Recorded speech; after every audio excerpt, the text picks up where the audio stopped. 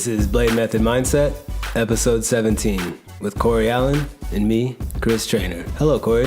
Hello, Chris. All right, episode 17, we're going to talk all about the fitness. Yeah, Open buddy. competition, and we've got a lot of good information to get out and some hot topics on the Open and why we love it so much and why we hate it so much. Yeah, that's a very good way to put it. Why we love it and why we hate it. Yeah. Open and season. And everything in between. Yeah, buddy. But first, we got a question from Joe. Joe Troya. Oh, yeah? It's actually Joe Troya, but I like to add an L to his name. The Italian Stallion? The Italian Stallion. So Joe had a couple questions about, since we've been talking a bunch about intermittent fasting. Yeah, he's been texting me nonstop, so I told him we'd possibly answer it on Is he the fasting podcast. now or no? Not yet. He's attempting to start, but I don't think he's had one successful day with the info I'm gathering from the text. Okay, so Joe's question is actually, it's a really good question because it makes sense for someone to ask, and so I think for training wise. Yeah, for training wise. So we'll just clear it up here. So obviously, when you fast, you can't break your fast if you work out in the morning. So Joe here, first time caller, long time listener, had a question. If you train in the morning, so Joe trains. Just read his question. Well, it's a long paragraph. Read the whole thing. Like I got 3 thumb swipes. I got the gist of it though. So Joe's question is that he trains in the morning at 5 a.m. and then gets his day started. After that, goes straight to work and everything in between. So the big part is his supplement window and the feeding window, right? We've like we talked about on our supplement thing, that anabolic window, the feeding window. So if you're training in the morning and you're fasted while you're training, what do you do about that window? Because it's going to break your fast. And supplements, the same thing. You're supposed to take your post-workout 20 minutes within your workout window, or your arginine or your creatine or your pre-workouts and things like that. Like, how do you go about that on your fast? Yeah, so let's clarify. Joe is an Olympic weightlifter, primarily, with some CrossFit sprinkled in between. Yeah. So Joe was from the gist of it, he's asking, can I have my feeding window be from like 5 a.m. to 1 p.m. Or noon, something like that, and then fast from noon till you go to bed until 5 a.m. the next day. Or, someone like me who breaks their fast around noon and then eats till 7 or 8 at night and then fast till noon the next day. Mm-hmm. So, and that's if you're doing like a 16 8-hour fast, which, you need to extend that longer and go further than that to get true benefits and take 24 hours, 48 hours. And, that's a whole nother topic. But if you're just doing a 16-8 eating window, then doing it from 5 a.m. to noon would be really, really difficult for Joe because he has 3 kids. Yeah. He has 2 little girls and he has a third on the way. So I think dinner time and doing that whole thing in the evening with your kids would be really, really difficult. Yeah, just being a mean dad in the evening. So Joe does train at 5 a.m. So, if he wants to wake up, he does the same shake pretty much that I do, reds, greens, protein, and then goes to the gym. He's talking about taking his creatine, his mass impact, his arginine, all the supplements that he takes. All those are going to break your fast. And so you can't take your supplements and not break your fast. All of those are going to have a metabolic effect. So his option is fast through his training, skip his post-workout, skip everything everyone's ever been told about post-workout nutrition and supplementing with that, and experiment like I'm doing with not having any nutrition first thing in the morning, taking all your supplements still just later on in the day. And I'm reading a book right now that says all of that's fine. Yeah. That it'll all still be absorbed. If it's in the body and you get it in the body, it doesn't matter when it happens. So that would be the experiment. Fast through your training, get through those first couple weeks that I had to get through where I thought I was going to die. Yeah. Because my body's so glycogen dependent and I'm not doing keto, so I'm not in ketosis, so my body's not using body fat for energy. I'm a carb dependent guy, and if my carb stores are low and I didn't eat enough or didn't get enough calories, then I'm going to feel that in my training. If I'm in a fasted state training. So how do you so like as his coach, from a training perspective, how do you think his training will go in the mornings? Like he's lifting, if he's it's gonna suck for a bit, right? Yeah. Probably not the best thing to do if he's like, in prep for a competition or something like that, which he's not right now. Yeah. So, and if he's doing it for health benefits, and this is why he wants to, which most likely because Joe's a really strong, ripped up, pretty lean guy. He's not doing it for body composition. If he's doing it for the health reasons of giving his digestive system a break and all those things that we see are really beneficial from doing intermittent fasting and having an eating window, then he just needs to accept it. And if he wants those health benefits, he's going to have to train fasted at 5 a.m. Or try stopping eating at noon and being a family man and all that. Without any food in you. That'd be really tough. So I think to take out your aggression on the weights than at home on the family. Though. Yeah. Still have dinner with the family. Yeah, exactly.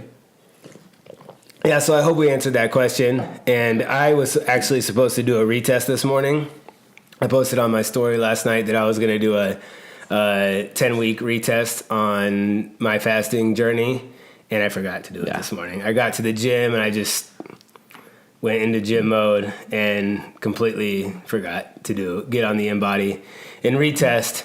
So I'll probably do that in the morning. And then we'll have an update for when we recorded this. Definitely on the next cast. Next week. For sure. And I'm fairly certain that we're not going to see many body composition changes. What was the biggest mistake, which I need to contact Absolute Health and Dr. Sarah about, is getting my blood work done. I really wish I would have done blood work a couple months ago when I first started. I need to do that ASAP to compare year-end results. Yeah, and also that Chris is the most unlucky InBody tester in the entire world. Because it always reads your numbers. Oh, yeah. Astronomically. Except for when last time I did it, I was happy with it. So maybe I was just fat before. Well, you did it last time right after your cut for weightlifting, right? Yeah. Okay. Well, when I was getting ready for when I was right out from the competition, when I was super lean. Yeah. Okay, you're like, this is where it's supposed to be all the time. Yeah. You got on it one time, it was like 15%. 15%. Yeah. What in the world? Oh, crap. Yeah. But I just have a really fat butt, so I think that was the electrical laser got caught up in there. Sticks in there, and they're like, oh, yeah, this guy must be fat. That's what it does to me. It goes right into my legs, and they go, oh, yep. He's obese. Yeah, and I don't want the people to think that we just probably shouldn't have said that 15% is fat. 15% is not fat. That's really, really good. But when Anthony jumps on and he's at 6, and you're like, well, how am I that much higher? Yeah. Anthony is at 6 or 7% body fat since he was probably 11 years old. Yeah, though. he's never been fat. He eats gummy worms. Yeah. But, all right, well. All right, let's jump into it. There you go, Joe. All right, guys, so the CrossFit Games Open is upon us, and we really want to talk about what that means, especially if you're in the Blade family. But, everyone that's in our fitness realm and getting ready to gear up to do this thing that, several 100,000 people do every year across the country and the world. So the CrossFit Games Open was first introduced in 2011. Yes. And it was the way that it introduced a way that people worldwide could take a test of fitness and qualify for the final result of the CrossFit Games. Before they had sanctionals around the country, and it was 2007, 2008, people just showed up at the ranch. At the ranch to compete. Anyone could do it, and then 2009, 2010, there was sanctionals. 2011, the Open got introduced, and then my first year was 2012 doing the CrossFit Open. Yours was what? Must have been 14, 15, probably the first year that I actually signed up for it. Yeah. Signed up. So, it's something that is a big part of our lives every year, and we look forward to testing ourselves against people that are our own age or maybe, in our area, in our gyms, region around the world. So there's always someone that you can compare yourself to. And a lot of people, would say I just want to compare myself to myself. Yeah. Well, but it's still cool to see. Yeah. You're in CrossFit. You have, some sort of competitive you have that drive in you. Exactly. Yeah, exactly. You want to compare yourself to another human being as far as just getting some form of data info, reading. It doesn't have to be they're better than me. Crap, I suck. You don't want to take that mentality and mindset. That's the wrong way. because comparison is the thief of joy. If you're constantly trying to be Somebody someone else. or someone that's not you, then you're never gonna find that. What I'm talking about is just having fun. Yeah. If you're a firefighter, comparing yourself to other firefighters, nurses. I remember Bruce, one of my buddies and athletes. He's a nurse, and he was like, "That's all he looked at." I was like, "How'd you sit in that workout?" He was like, "4th." I'm like, "In what?" He was like, "Nurses in Arizona." Male nurses. Or all nurses. Yeah, nurses in Arizona.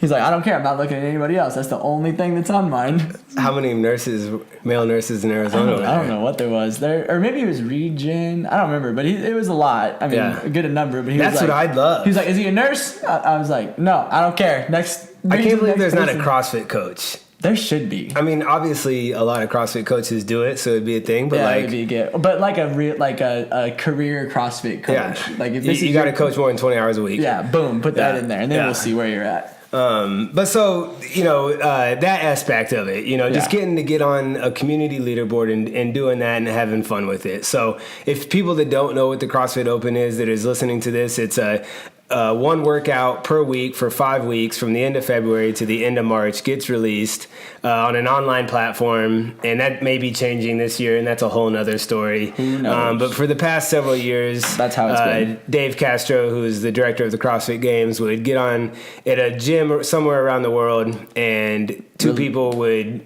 go head to head and demonstrate the workout, and that would happen Thursday night. And then you'd have till Monday to submit the workout. You can do it as many times as you want between Thursday and Monday. You have to have a judge that validates your score.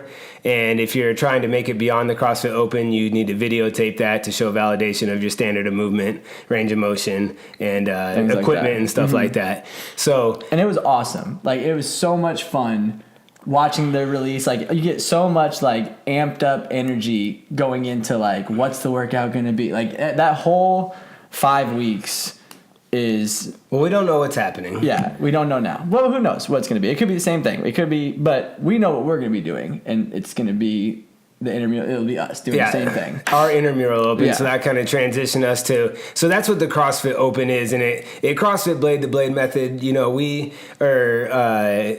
big on the open. We're huge on the open, and we're so big on it a lot of times that people can be like, oh my gosh, or whatever, but it's just who we are and what we do. And every year we have to push as hard as we can to get people to sign up and do it. But and everyone's reluctant, but they can't remember a year ago. They can't remember that they were reluctant to sign up. They signed up, and then they had an absolute blast. And then this year, because it is stress. Whether it's good or bad stress, it is stress. And so worldwide, we were top 10 in the world last year in open signups. We have 2 gyms, so if you combine both of our gyms, it would be, probably top in the world. I don't know what the exact numbers were, but our main gym, our original gym, CrossFit Blade, was top 10 in the world, and then our CrossFit Blade North has a huge participation as well. I mean, they're definitely one of the top participators in the country. For sure. So, and we combine the two and have the throwdowns. So this year the throwdowns are changing a little bit. The past several years, on Thursday night release, some of our top competitors that are making our regional team would demonstrate the workout. This year, we're doing it a little bit different, where we're going to have team members from our intramural open teams throw down head to head. The captain will designate, maybe a master athlete or a teen athlete or whatever the category is for that week. Blonde hair, blue eyes, whatever it is. And that person is, and obviously they don't have to do it. If you don't send a person out, your team just doesn't get a point for that week. But they send a delegate out, then that delegate throws down and does it, and I think that'll be a lot of fun. That'll be fun to watch. Way more than my grumpy ass walking around, getting ready to go. Yeah, being just ridiculously too serious, and I can't help it. I wish I could, but it's just who I am, and. When we were trying, trying to go to regionals, I was super dependent that I did really well. Yeah. Especially 2016 and So I'm a goofball and I get really serious. And I think last year I was probably the best I've ever been. Yeah. As far as like trying to just chill out and not take it too seriously. But I can't wait this year to, not have to. Yeah. But yeah, I mean, that's what made it so fun though. Like in the beginning stages for us, like, I mean, I remember my first open, I had done the open before I was at CrossFit Blade, and then when I came to CrossFit Blade, that was my first year like actually doing the open, like I'm gonna do this, and we were also trying to qualify a team, and it was nuts. I remember you were like, all right, you gotta be here on Thursday. We're gonna do the workout Thursday. I'm like, all right, cool. Like worked out before, like it'll be fine. I get there, there's 150 people surrounding the gym floor. My heart rate's going 1,000 miles a minute. And there's like 4 people working out. Yeah, it was just I was like, who's working out? Was it? Me, you? It was I think the girls went first. No, I think Claire did it. Yeah, because we watched Claire go. Now that I think about it, yeah, because I remember being like, dang, hasn't stopped moving at all. And then it was me, you, Steve.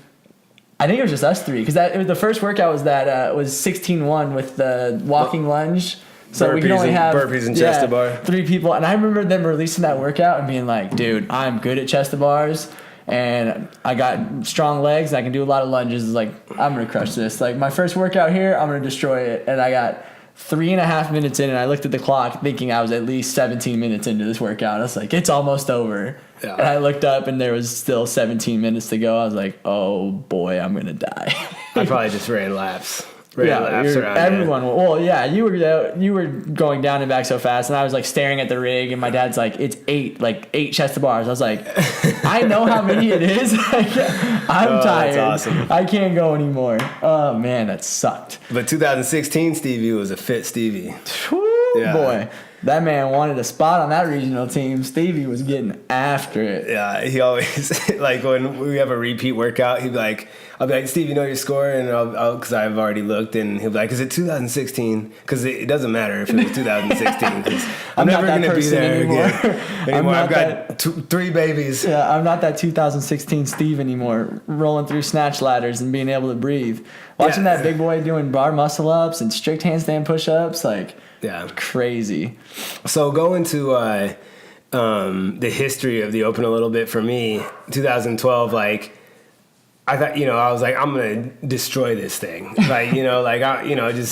There's no way that I'm not going to be one of the best, or whatever my mindset probably was. And I remember thinking that, and the first workout that got released was in 12.1 in 2012 was 7 minutes of burpees to a 6-inch target. And I was so pissed that was the workout because not that I didn't like burpees, but I wanted a classic CrossFit triplet, something that, and I just remember being so upset. But I went in that workout, and I was doing it at Hammer, and Kirez was my judge, and I did 115 reps. And I think Rich Froning did 140 or something like that. And I actually did 118, but Kirez no rep me 3 times that weren't no reps. I'm just saying. Took them out there. So 118 reps, 115. And so I do that. And I go so hard. I hit the ground. The hardest I've ever hurt in my entire life. I've never experienced, because I'd gone hard, but I'd never experienced that kind of intensity. Yeah. And I was on the ground in so much pain. And then the next day, just couldn't move. My serratus anterior, which is these big fat muscles that surround your ribs, and my lats and my chest and my triceps were so sore. I couldn't lift my arm. It was I couldn't move. It was so painful because I'd never done that. I'd done burpees. I'd never gone to that intensity level. And it was by far the most at Hammer. And it was a big deal for me to do that many, it was a thing, but it still wasn't as many as even close to the top guys. But for me, it was a breakthrough. Yeah. And so that was okay, you're not where you think you are, and you better be ready to do next week's workout because as of right now, you could die. But so that was the kickoff. And then I didn't obviously do very well that year as far as standings go. I was a rookie. But 2013, I broke my wrist and I had wrist surgery in January. Did you do the Open? I had wrist surgery 2 weeks before the Open. Before the Open, that's right. 3 weeks before the Open. But Claire was doing it. Yes. Was that the snatch workout? Yeah. Which one was that? Is that with just snatches or the snatch and burpee one?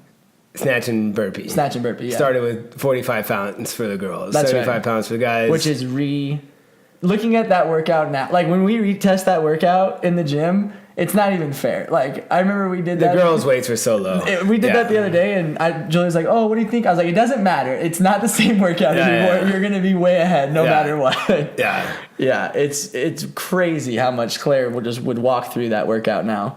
But in 2013, like... That 100-pound barbell's heavy. Claire from 2012 to 2013 wasn't even the same person. You know, like, when Claire started CrossFit, she couldn't do a strict pull-up. You know, like, I mean, Claire's always had strong legs, 20 years of soccer, and but her upper body just wasn't developed the way her lower body was. Yeah. And we did, a lot of isolation movements before CrossFit, so it just wasn't the functional movement patterns that she needed. Right. So from 2012 to 2013, she had massive gains in her functionality. And so, we're going into 2013, and we're like, all right, Claire's... Because she's doing local competitions and beating everybody, right? And so it's like, all right, well, Claire is good, like we're gonna make some noise. So that 13.1 comes out. I'm in a cast, so I'm not doing it. I've got my clipboard and I'm about ready to judge her.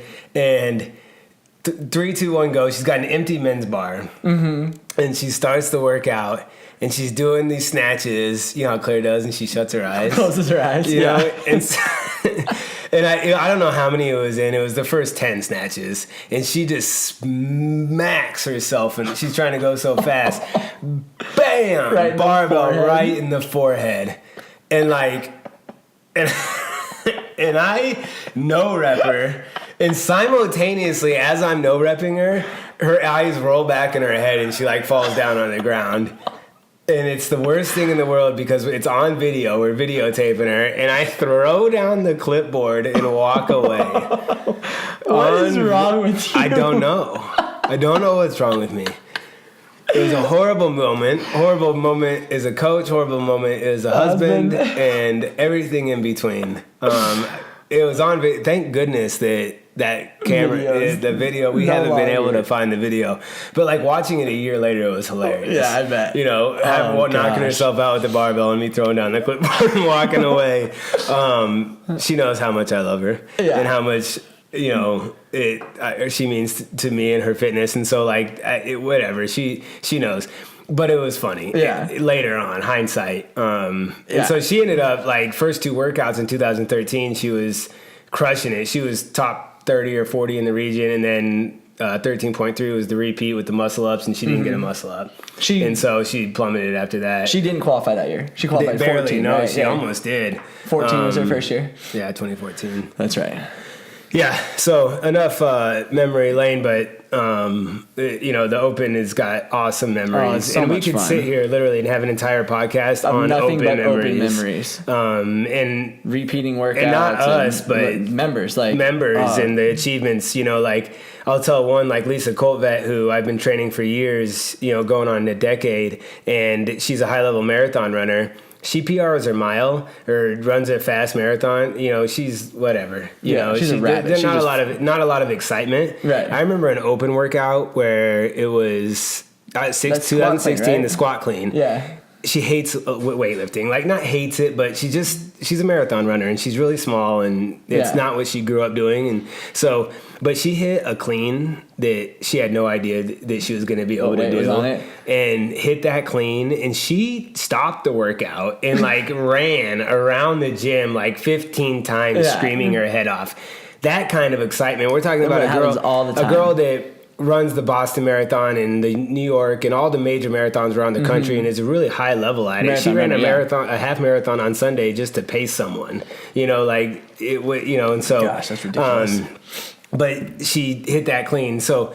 That's the type of stuff that we're talking about. And again, another one just popped up in my head. I'm not going to tell the story because this will just turn into a podcast about open stories, which isn't the main objective. But just so people know, if you do the Open with us, it's gonna change your life. Yeah. In some aspects. It's the best time for me, it's my absolute favorite time of year to be a coach. Maybe not my favorite to be an athlete. Like, the Open is stressful when you're an athlete that's trying to qualify for something. Like, that makes it a stressful Open. But coaching the Open is absolutely the greatest time in the world. Yeah, I love absolutely. nothing more. It is seeing just how much fun everyone has, and like Fridays. Those Fridays in the gym when everyone's throwing down, and like people will come to the 3:30 class, will be there until 7:30 at night. Like, they'll do their workout and they're staying the entire time to cheer and count and judge and like throw down with their squad, and like just those people will do the workout. Patrick Stim will do the workout in the morning and come back. The gym's packed. Afternoon. Like, it's like a party. Like, the gym is all day packed Friday all for day 5 long. weeks. Yeah, it's a blast. It's so much fun, especially those workouts that are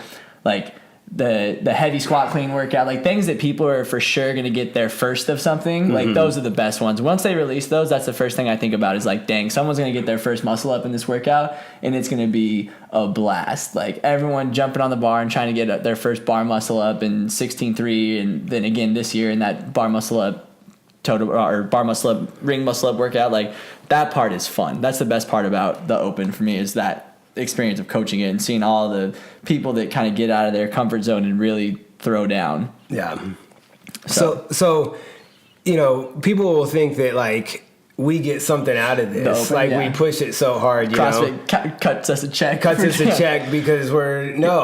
your percentage. We get $0 or anything. This isn't financial for us. This is community, which in turn, a healthy community is a healthy gym. Yeah. You know, that in vicariously we get money through that's not even the right word, but so we build community through the Open. That's why we want people to do it. You know, that's the objective, is for people to come together, have fun, throw down, high five, become friends, and have life-changing moments. Things they can look back on years and years later and know that they did, tested themselves, got in the arena, got some dust on their face, and proved themselves. You know, we have so many opportunities in life not to do great things. The Open is a 5-week series where you can do something great every week. Yeah. So that's the objective. And it is a blast. Yeah. So if you haven't thought about signing, or you haven't signed up or still thinking about it, please, guys, join CrossFit Blade or CrossFit Blade North or your local affiliate, wherever you do work out, and join the Open. It's got something for everybody. You won't regret it. And, we'll do a recap at the end to see kind of what the Open was this year. Because there's some rumors spouting about it, what it could be. So we really don't know, and I don't want to talk about things we don't know about. Or speculate if we're ignorant to the facts. So we'll just leave it at that. Do the Open. There is no regionals. We know that. We know there's no regionals, which is a bummer for thousands of people around the world. That's a bummer. Yeah.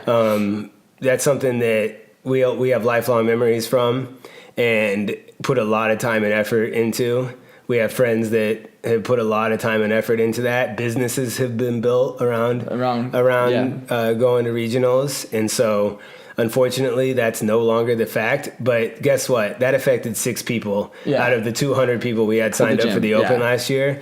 So nothing else changes. Yeah. You know, boo-hoo, we're not going to regionals. That doesn't change our passion. That doesn't change what we're going to put out in our efforts on Friday for everybody else. Yeah. Because we're going to try to qualify for a sanctional. Sanctional event. Now there's sanctionals around the country, so we're going to... hopefully that's the new... I hope that those will be as fun as regionals. I'm sure they will. I mean, you get to go... It's just not the prestige. Friends. Yeah. You know, it's not the CrossFit Games regionals. It won't feel the same, but it'll be fun. I just got to try to keep up with the 3 other teammates that are fitter than I am, so that'll be... Tonight. Tonight's the first one. Be a blast. The Mid-Atlantic CrossFit Challenge. It really works out. That's the one that worked out with our schedule. Mm-hmm. And they're taking 40 elite teams, which is also good. A lot of teams. Well, you figure, these, sanctional competitions are taking 20 elite teams. 10 of them get invited without having to do it. There's 8 other ones that have been to the games already. It's like, we're pretty good, but we're not that good. We'll see what happens. If we go, we're going to win. We're going to do our best and have fun. We're gonna go have fun. Yeah, and it works. Hopefully, it works out with everyone's schedule if we qualify. Yeah. Yeah. So it'll be a fun 2 weeks of getting back into the pain cave and getting some workouts in. So that'll be good. Yeah. But with that, the mindset of going into those workouts and how it turns this time of year for a lot of people, but especially for the man to my left, Mr. Christopher Trainer, who's already said that sometimes he does get a little bit cranky during open season. Banging that pin on the thing over there. That's what you're thinking. Yeah.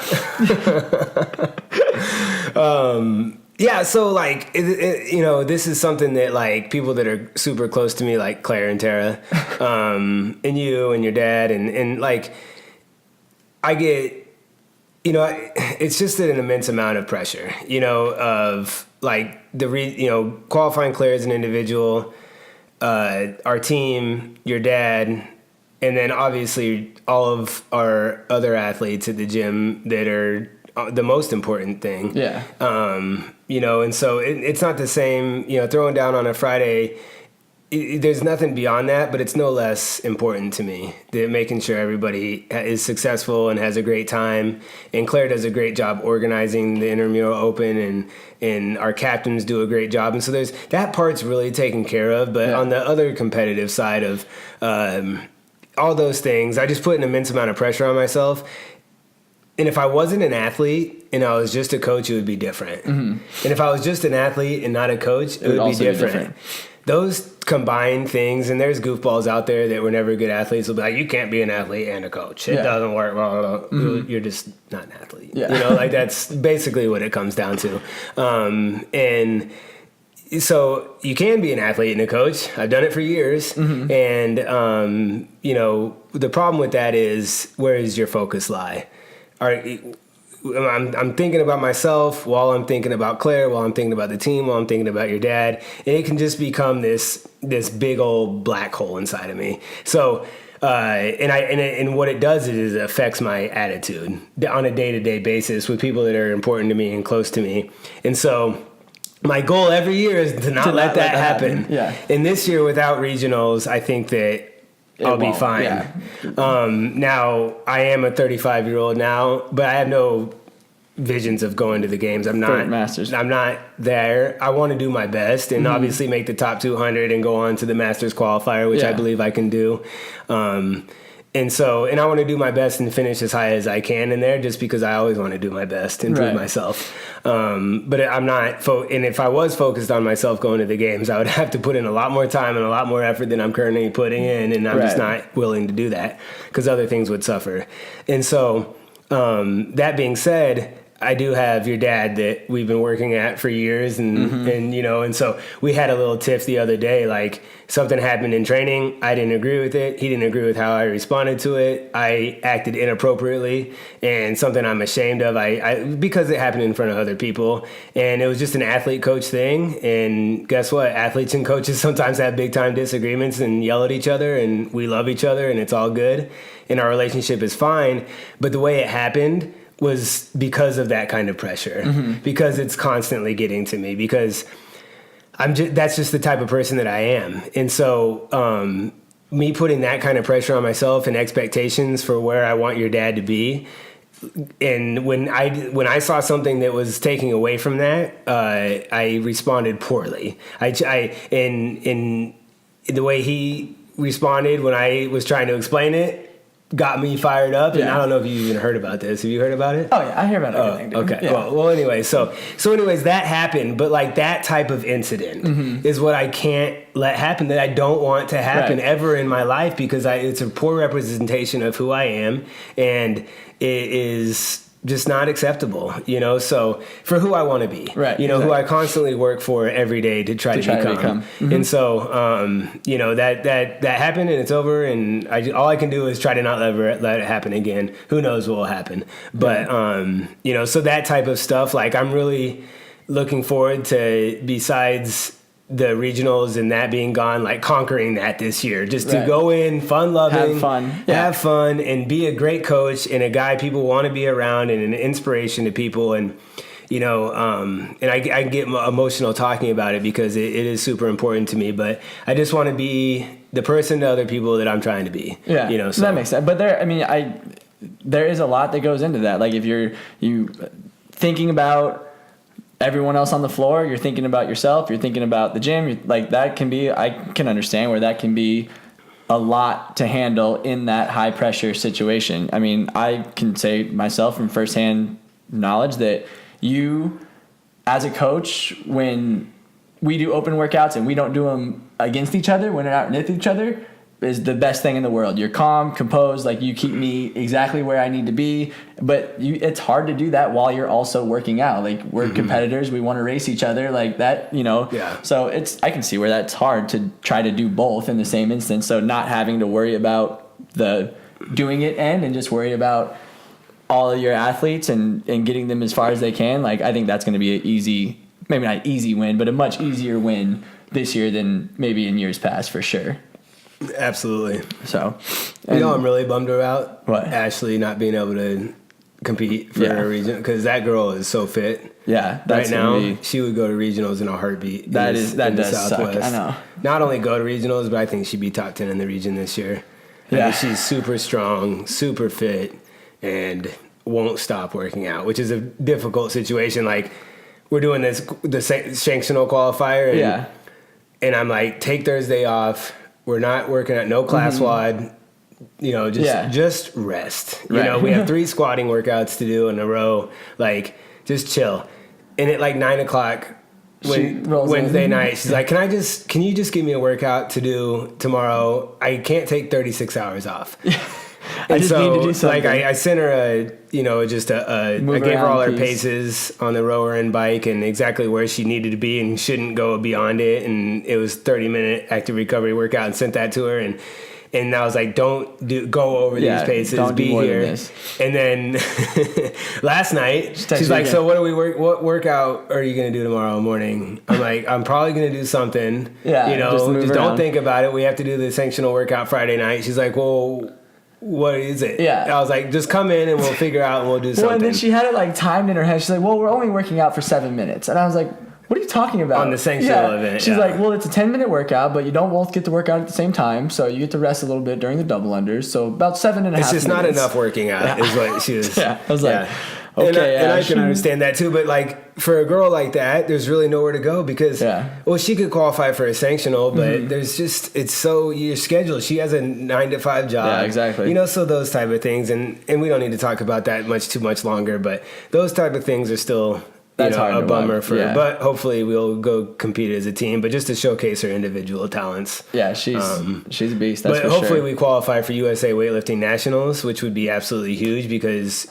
she could qualify her weight class, not weightlifting. I mean, we weightlift a couple of times a week, CrossFit weightlift. But that would be huge because her training numbers are right around qualifying numbers, and she could do it. So that'll be fun. Yeah, just gotta get her head through. She told me the other day that she knows why she doesn't put her head through when she snatches. And if you ever seen Ash snatch, like her chin's kind of always back behind the bar. I said, Ash, you got to watch on YouTube. Yeah, you see those every video. Every time she posts a video, I'm like, Ash, get your head through. She goes, no, I have a theory. I said, oh, yeah? What's that? She goes, well, I'm double jointed in my elbows, so I don't have that much stability. So I think if I catch a snatch and my head's through, the bar's going to decapitate me. Yeah, it could. I don't think that's going to happen, Ashley, but I like your theory on it. Yeah, well, we'll move on from Ash. Yeah. But the last thing I have to say about that is, like, the scheduling is with this new season, January or USA Weightlifting Nationals is the same weekend as Granite Games, which is a sanctional, which she could qualify for and go compete as an elite individual. Yeah, and it's the same weekend as the Masters Games qualifier. Yeah, so like. My dad, who's doing the Masters qualifier, I'm doing Masters qualifier. I've got Ruskin, who wants to go to Weightlifting Nationals. I've got Ashley, who could qualify for Weightlifting Nationals. So I'm doing the Masters qualifier. Your dad's doing the Masters qualifier. We have 2 athletes going to Nationals, and it's the Granite Games thing, which we have athletes that want to go to. Yeah. So it's like, as a coach, it's like, what the heck? A coach and athlete, and it's like that's what made it nice about having an off season. Like those things were spread out a little bit more. You just knew when you were needed and what was going to happen.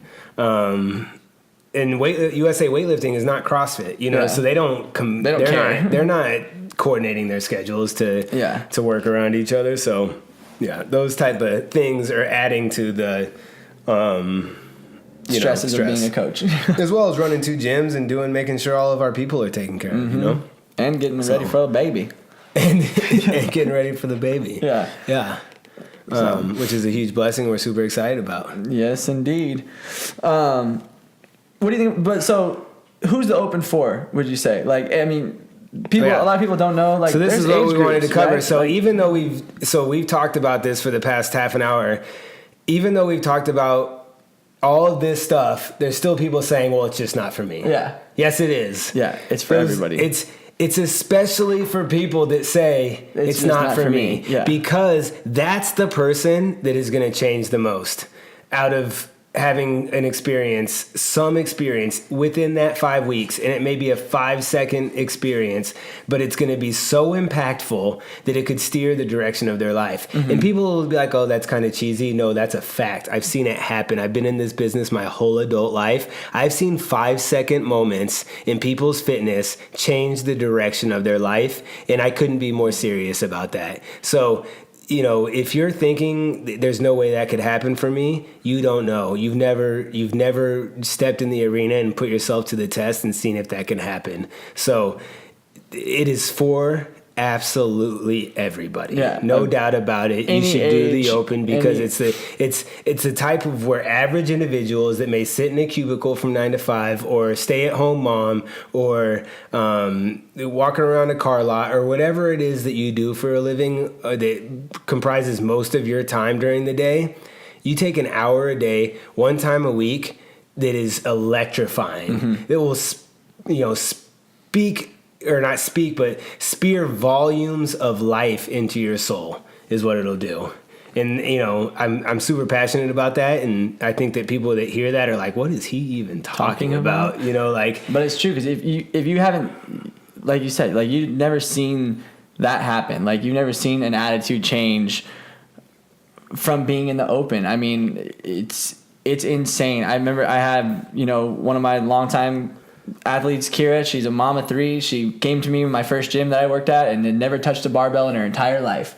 Never done anything, did like some cheerleading growing up, got in her first class, put her on her first barbell ever, started learning some Olympic lifting, and then she did her first Open RX the second year she was ever doing CrossFit, and she is a completely different human being now. She's a changed person, and it totally changed the way that she looks at anything now. I mean, she considers, like, she's an athlete now, and she had never been that before in her entire life. And it wasn't just doing CrossFit. It was the Open and competing that made her feel like an athlete, you know, and it's stories like that really are what let us know that this stuff is real. Like, this is a true thing that happens inside of gyms and during competition and what people feel when they come out of that. Yeah, that's awesome.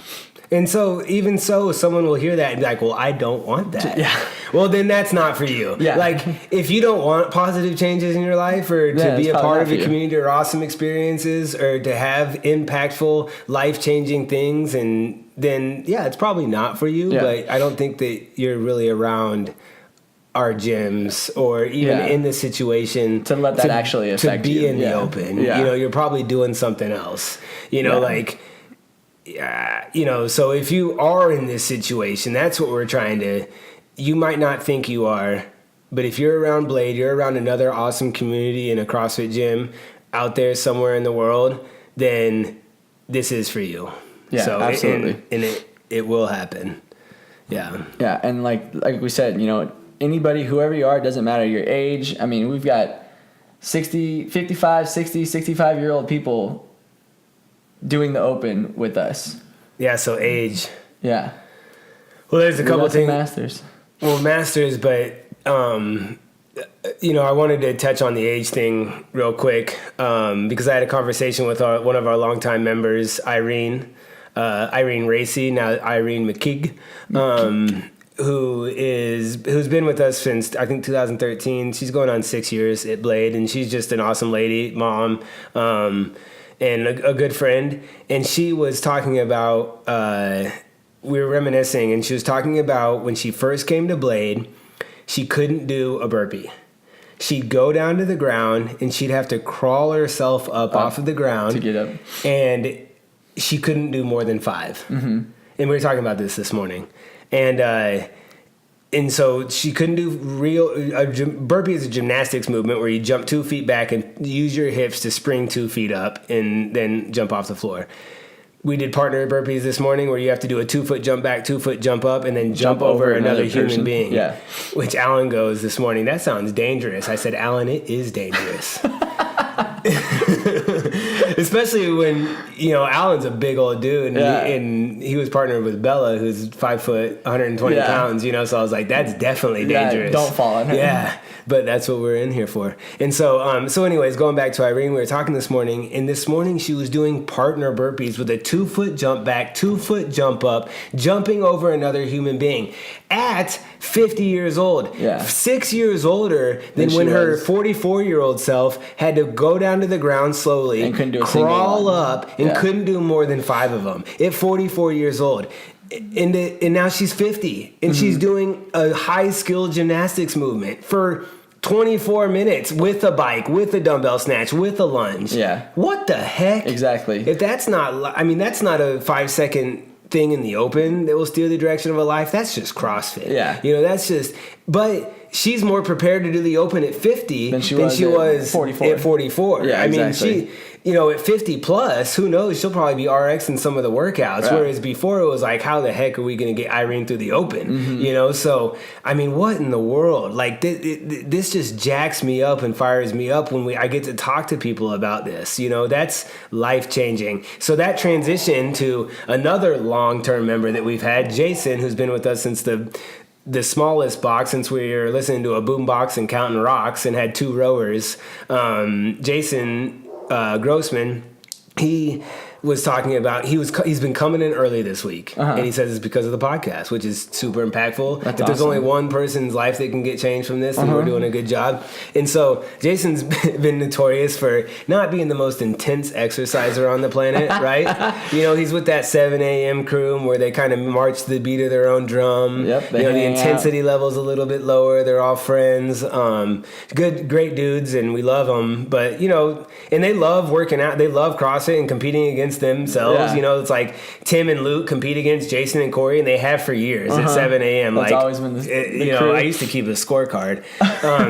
But so anyways, Jason would show up at time of class, do the workout, sit and talk to his buddies, and not really do anything extra. Yeah. And it was like, okay, you can only push him to do so much extra for so long. But so anyways, this week he's been coming in 20 minutes early. Yeah.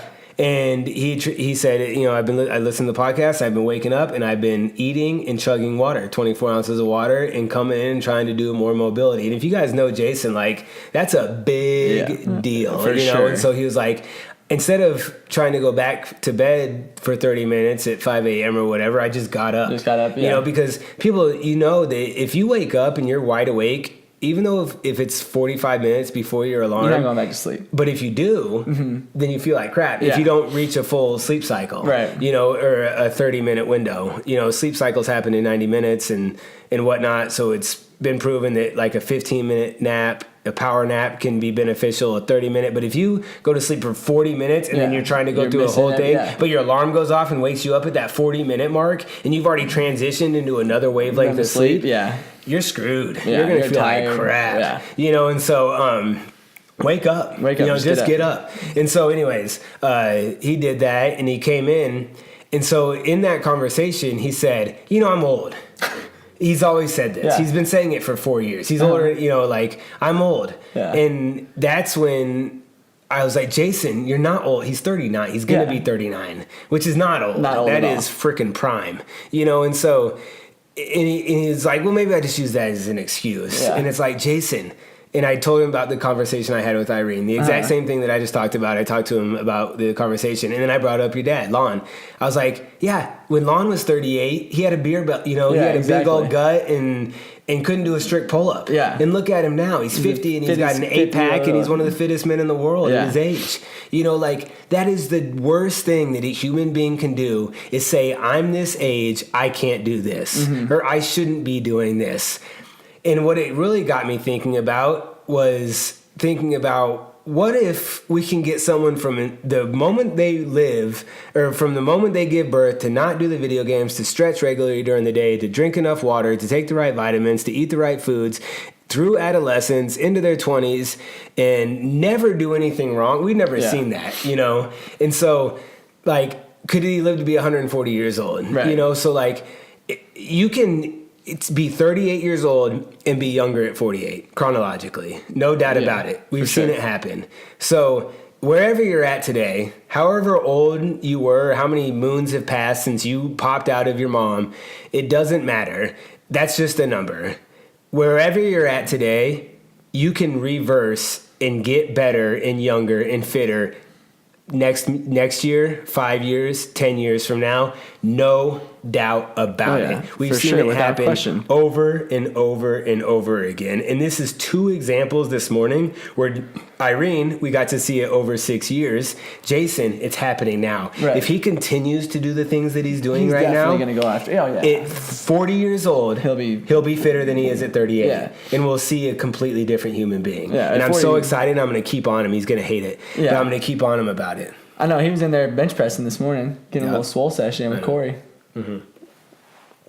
Kind of benching. Yeah, well, we'll have to, We're going to adjust his activities that he does beforehand. But the most important is he was doing some myofascia stuff. He was doing, a little bit of joint rolling and getting some, joint blood into the joints and muscles, which is super important. You know, the more blood flow we can get going pre-workout, the better you're going to feel, the better your nutrient delivery is going to be, all that stuff. So just the fact that he was inside of the doors of CrossFit Blade prior 5 minutes... 20 minutes before. Yeah, before 5 minutes before the start of the class is what the huge deal is. I mean, he was in there early getting some stuff done. Yeah. Which is awesome. Which is, And people that know Jason will be hearing about this. There's people that listen to this podcast that have no idea who Jason is. But hopefully we did a good idea of describing his past and where his future could be. And the moral of it is that anyone can head in that direction. Yeah, you just got to make the decision to do it. Yeah. At whatever point you're at, you can stop what you're doing and decide that now I'm going to be fitter. And it doesn't have to be overnight. No. It just show up a little bit earlier. Yeah. Get up when your alarm goes off. Or if you wake up before your alarm, 20 minutes before your alarm goes off, don't go back to bed. Yeah. Just get up. Whether that's getting on and reading, for me, it would be reading my Bible and praying, and then getting on a little Instagram or something like that and doing my morning thing. But like, that's the first thing I have to do every morning in the day, and my day's not right unless I do that. So whatever it is for you that's going to set that day off, do that instead of trying to go back to bed. Then when you do get up, have a healthy habit, like chugging 24 ounces of water, getting your pre-workout nutrition in, making your bed, doing all these things that are going to make you better. So. Yeah, definitely. For sure, my friend. All right, anything else we got to cover? I think that join the Open, make the right decision to do it. You will not regret it. We'll keep you posted on me dying in the next 2 weeks, trying to keep up with my 3 teammates that are fitter than me. There's... All 3 workouts have squats. Squatting. You're way better. You're the best squatter. You're way better at squatting than I am. I was so happy that I was like, thank goodness, at least that I can make up some ground there. Yeah, you need to show up. Oh, you need to take the load on that. I'm going to. You know that.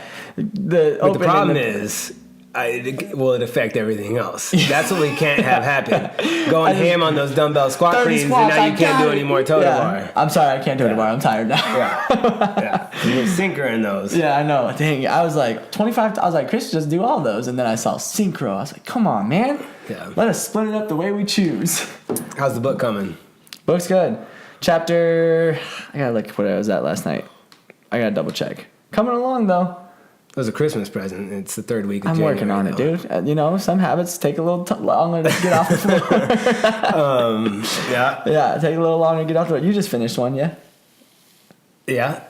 Oh, dude, this book, for those of you that are readers that want to hang on the podcast a little bit longer, it's called Bloody Dawn, and it's about, when you grow up in Lawrence, Kansas, you hear about Quantrill's raid, and it was about the Jayhawkers who were the Free Staters and the Bushwhackers who were the Slave Staters in Missouri, and that's why Kansas and Missouri doesn't like each other. It goes back to the Civil War. Okay. a bunch of bushwhackers raided our hometown, burned down Lawrence, killed civilians, killed over 100 people, murdered them in the streets, burned down their houses. And you hear about it as a kid and you read about it and you taught it. But this book chronicled everything about everything that happened, who was killed, the women, their women's role. They were super heroic. And it happens where I grew up, like on the streets that I grew up. I grew up 3 blocks from the main street it happened on. That's crazy. 4 or 5 blocks because of the old West Lawrence. And Lawrence is a super historical town and a super pivotal town in situation, Kansas not becoming a slave state and Missouri wanting it to be a slave state. And it was huge in the North winning. Had Kansas gone and been overrun and turned into a slave state, who knows what would have happened. So, it's fascinating for me. Like I loved it, ate up every word of it. I'm going to buy it for family and my mom and people. So yeah, it was a great book. Did you know about it prior or did you just see it? No, my stepmom or my bonus mom, Teresa, she bought it for my dad for Christmas, and I was like, I want that, so she bought us copies. Nice. Yeah. Sweet, dude. But yeah, so that was a good book. Awesome. And now I'm reading Dichotomy of Leadership by Jocko and Leif, which is the second one of Extreme Ownership, which is just good leadership stuff. Keep me on point. And and I'm also reading a fasting book.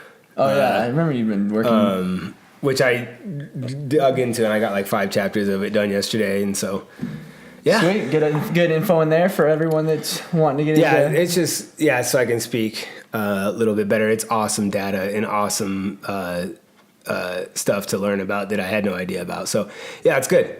All right. I think that's it. Let's wrap it up. Thank you for listening. You guys can find us on iTunes, SoundCloud, watch us on YouTube. If you guys do watch us on YouTube, please like the video. It'll help circulate it around.